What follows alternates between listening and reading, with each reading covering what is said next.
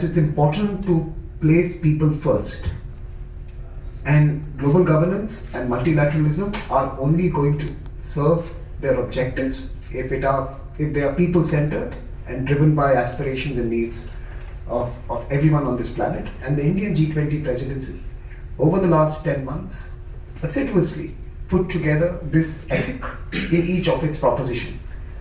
In fact, in one of my writings, I have been a little cheeky and suggested that post Pittsburgh in 2009, where it was all about saving the banks and the financial system, for the first time we are now talking about saving people and the planet.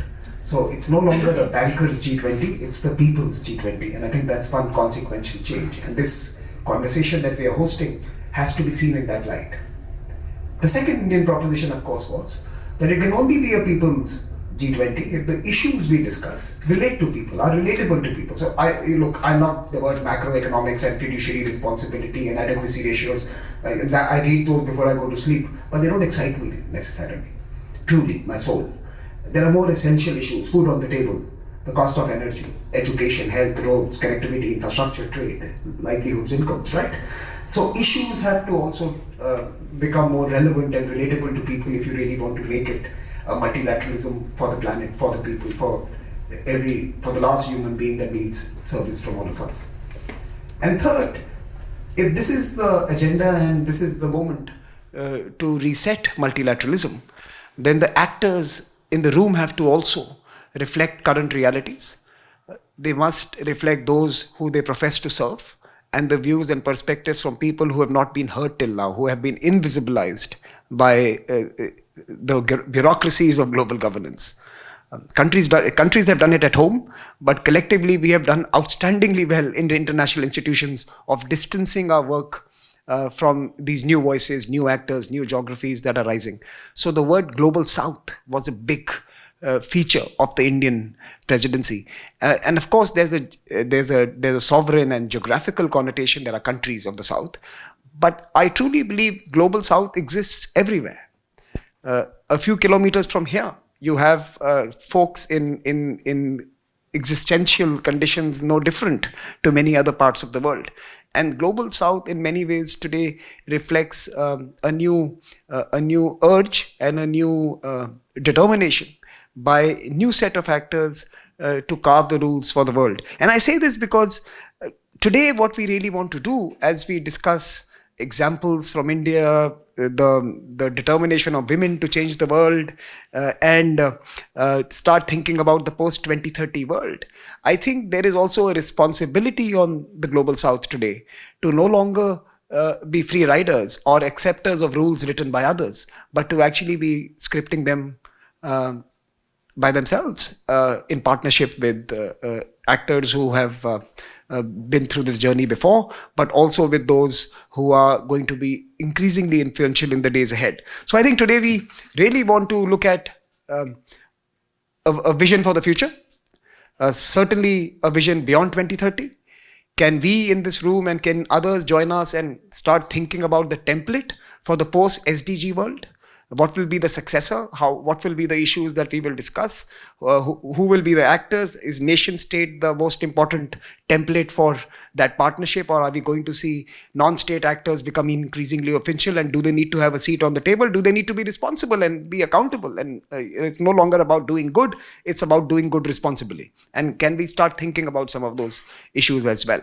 And of course, half the planet, women have to be at the forefront of doing that, and that's the second agenda item for today. So without further ado, let's begin the day. Since now we have clocked 10:30, I have used the mic well for the last 4 minutes. Let me invite Mr. Jagannath Kumar, CEO of Reliance Foundation India, to deliver welcome remarks. Mr. Jagannath Kumar. Thanks, Samir, for setting the context of our meeting here. And very warm good morning and welcome to all of you. This is the second convening of ours. We had the first convening last year, and today's theme is about delivering development, directions, pathways, journeys, and lighthouses as we convene during this UNGA review or midterm review of SDGs in 2023. India is going through remarkable economic and technological growth. Actually, a lot of growth has also been led by the technological innovations that India has been pioneering over the last several years. Its development journey and innovative bottom-up approaches to achieving the SDGs offer exemplary models that can be replicated in other countries. India has successfully combined the grassroots approaches that Samir was referring to in terms of people engagement with the use of technology for development. India's widespread use of digital public infrastructure is enabling accelerated development outcomes, reaching all corners of the country. Today, over 99% of Indian adults, actually Indian population, I must say, have an Aadhaar digital ID, allowing them to seamlessly access and benefit from public services. India operates world's largest financial inclusion scheme, opening over 460 million new bank accounts based on digital identity, and has made strides towards closing the gender gap in finance. Moreover, India leads the global digital payment space, with recent data showing that over 40% of world's real-time payments take place through the UPI, Unified Payment Interface. September is a key moment, bringing together the culmination of India's G20 presidency that Samir referred to and the UN's SDG midpoint review. The G20 declaration aptly recommends and recommits to achieving SDGs as it saw setback for various global crises, on account of various global crises in the recent years. While the UNGA retrospects on the progress till date and offers guidance on acceleration in achieving the goals, it is important for this gathering today not just to reflect on the pathways to get there, but also to think beyond 2030. One of the things which we need to reflect on closely is not just about how do we accelerate to get to achieving these SDGs, probably new pathways even to reset some of the ways we are trying to achieve the SDGs.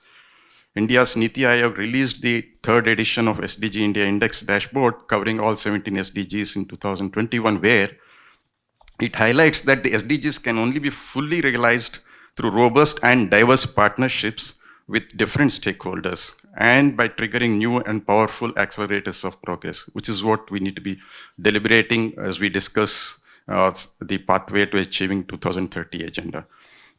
In this context, lighthouse projects featured in the book that is in front of you, we have brought here, which is published jointly between ORF, Reliance Foundation and UN India, which highlights the success stories, most of which are actually coming through grassroots innovations.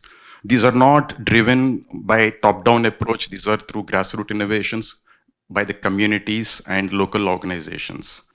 While we see a lot of this progress in India and in some of the other parts of the country, but there is still a long way to go. Much of the progress, including India, has been hampered by various economic, geopolitical, and health issues.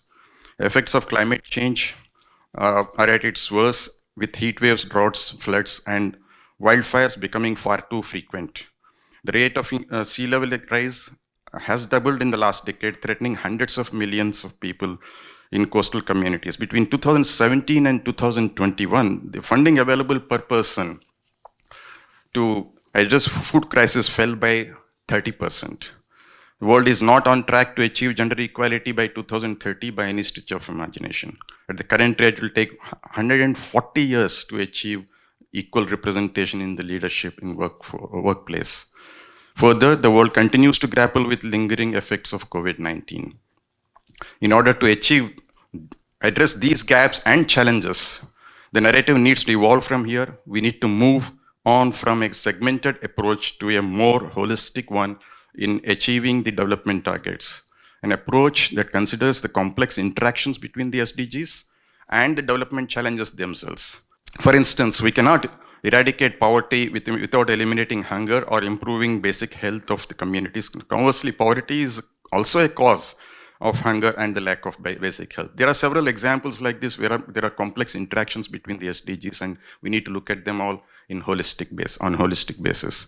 As we think of development pathways that go beyond 2030, we hope to explore and deliberate on how global community can take a collaborative approach that meets the needs of today's intertwined challenges. We need to take innovative and inclusive approaches to these challenges, which is enabled by science and technology. For instance, a report by the World Meteorological Organization called United in Science shows how sciences can supercharge progress on the SDGs through groundbreaking scientific and technological advances such as high-resolution climate modeling, artificial intelligence, and nowcasting.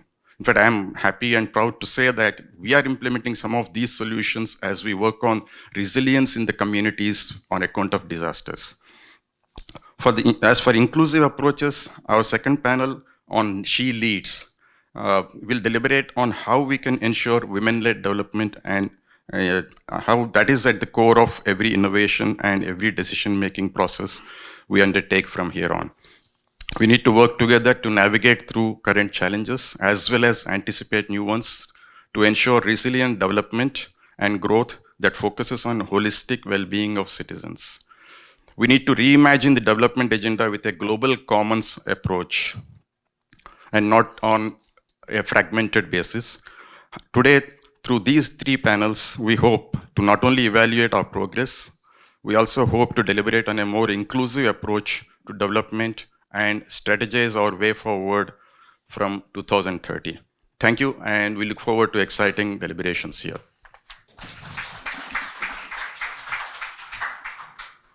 Shombi, may I invite you now to speak to us? Our partner, Shombi Sharp, who's the resident coordinator of the UN in New Delhi. Shombi, the floor is yours. Thank you so much. Namaste, Excellency Ambassador Chair Kamboj, Sri Jagannath Kumar, a good colleague at Reliance Foundation, Samir Saran, great friend and partner of the United Nations.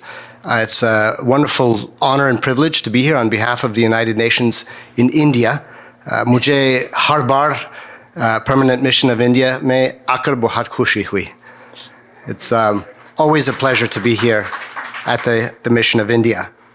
And I would like to congratulate and thank the colleagues, ORF and Reliance Foundation, for organizing this event and for delivering this fantastic volume, Ideas, Innovation, Implementation. And we in the UN in India have been honored to be a part of this process, a partner. I would say probably the best part of my job is that I get to travel around the country in India, which, as we know, feels more like a continent. And everywhere I go, I get out to the states, to the villages, the communities, and get to see firsthand and interact firsthand with exactly these inspiring stories that you will read about and hear about. So I think, dear friends, this is an important week, a milestone week, as has been mentioned. It's the midway stock taking to 2030.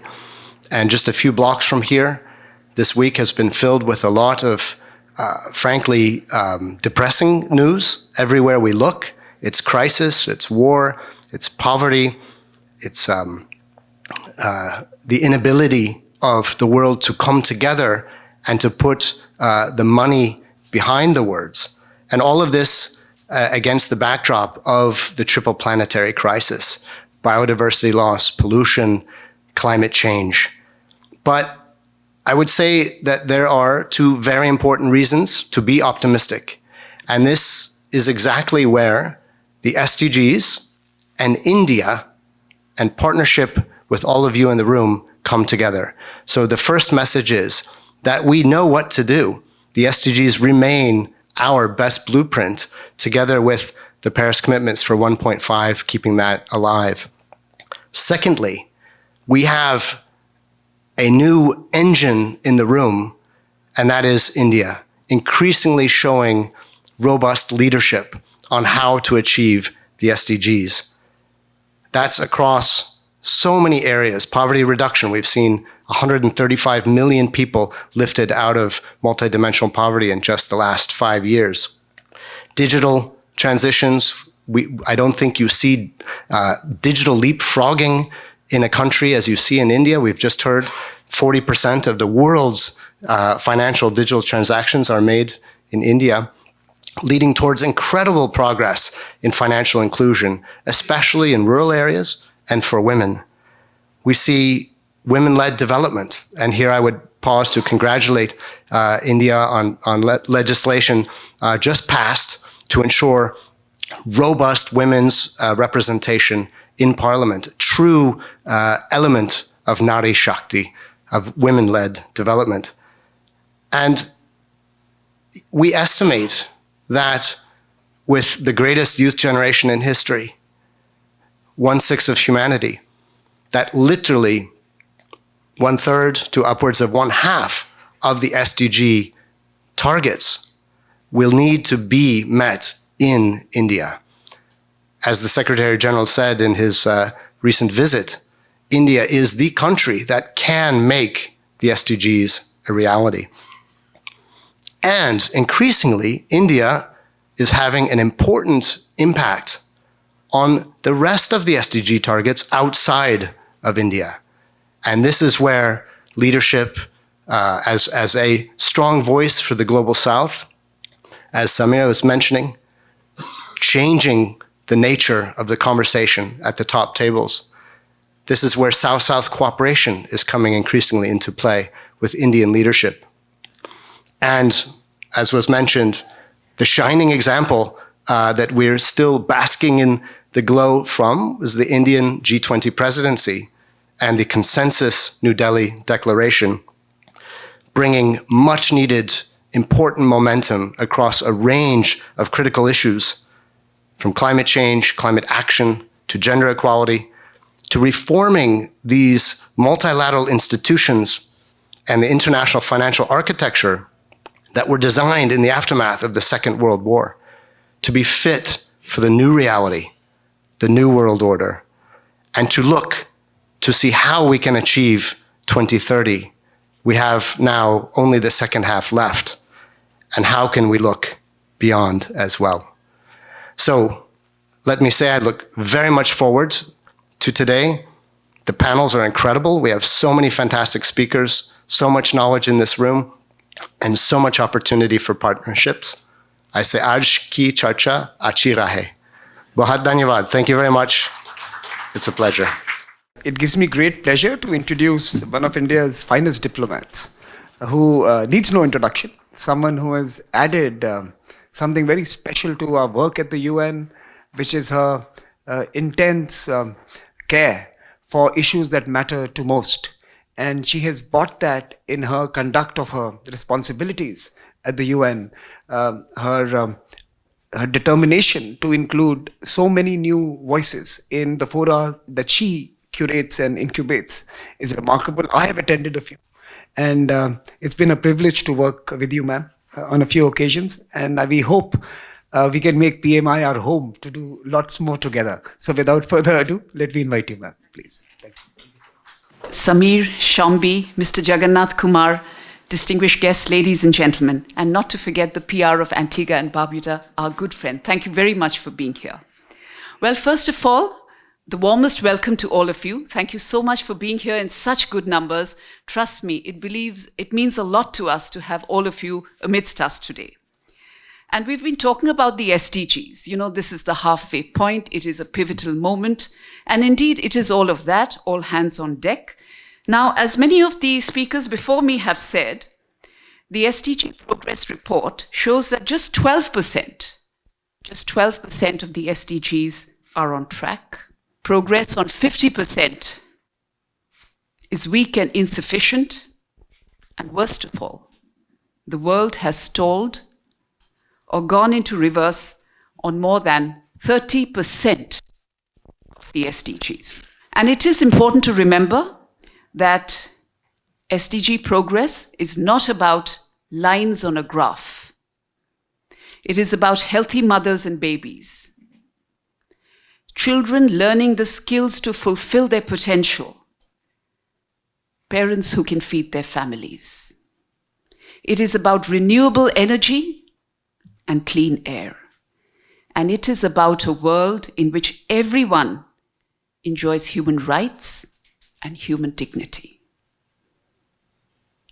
The road ahead is steep, but it is one we can and must travel together for the people we serve.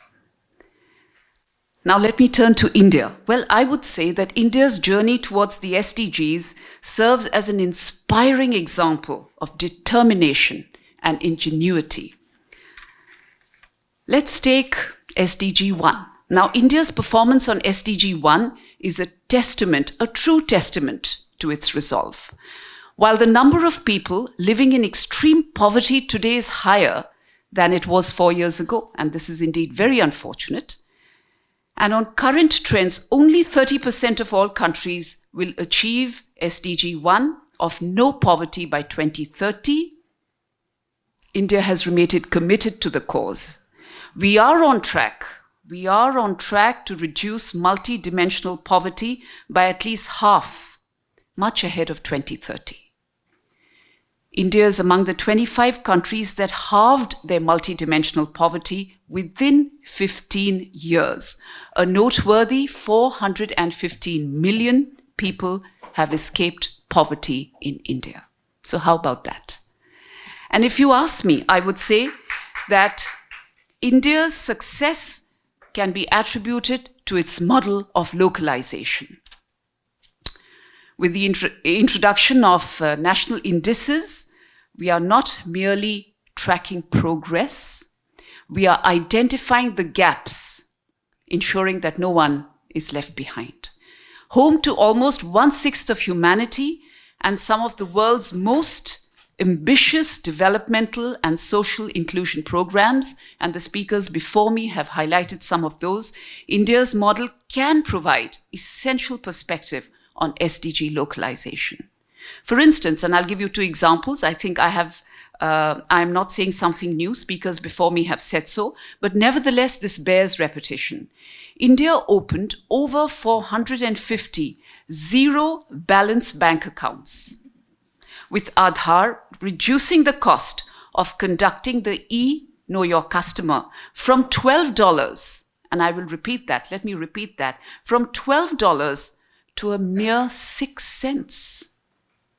And this extended banking ability to millions of Indians, facilitating financial freedom. So that was one example. My second example, digital public infrastructure. Well, this is another example of exceptional leadership. Now, according to industry estimates, banks' costs of onboarding customers in India decreased from US dollars 23% to a mere 10 cents with the use of DPI. The IMF has lauded India's journey in developing world-class digital public infrastructure and its powerful lessons for other countries embarking on their own digital transformation. And I will say, ladies and gentlemen, that these achievements are not mere statistics. They signify tangible improvements in the lives of our citizens, ensuring financial inclusion, access to clean energy, education, and preserving their dignity. Now, let's fast forward to the G20 Leaders Summit in New Delhi, September 2023, under India's leadership. And no 2 ways about this, the summit was a remarkable success. Now, the summit put SDGs front and center, underscoring the urgency in this decade of action. This landmark event marked a turning point where global leaders recognized the urgency of our mission and committed to accelerating implementation under the G20 2023 Action Plan. Now, the action plan will achieve transformative impact on achieving the SDGs, including digital transformation, gender equality and empowerment of women, and implementing sustainable, inclusive, and just transitions globally. So as we navigate the challenging path ahead, and it can seem very difficult at moments, let us draw strength from the commitment made at the G20 Leaders Summit in September 2023. It is there that our collective resolve was reaffirmed, and it is there that our dedication to accelerating SDG implementation was made crystal clear. So together we have the unique opportunity to shape a brighter future where energy transitions uplift livelihoods and enhance economic resilience. And we refuse to make a choice, and I will repeat that. We refuse to make a choice between fighting poverty and protecting our planet. Instead, we will pursue sustainable, inclusive, and equitable transitions that leave no one behind. So therefore, in a spirit of fostering transparency and sharing best practices, I'm indeed delighted that we have just released a comprehensive report titled Ideas, Innovation, Implementation, India's Journey Towards the SDGs. This report highlights 17 Indian lighthouse case studies undertaken by non-profit organizations and communities, all working tirelessly to advance the Sustainable Development Goals across a spectrum of areas, truly localizing the SDGs in India. And for this, I will extend my heartfelt congratulations to the Observer Research Foundation, the Reliance Foundation, and the United Nations Office, India Office, for this remarkable and inspirational achievement. This truly stands out as a fantastic oeuvre. Congratulations, Samir, congratulations, Shambi, and congratulations, Mr. Kumar. Thank you.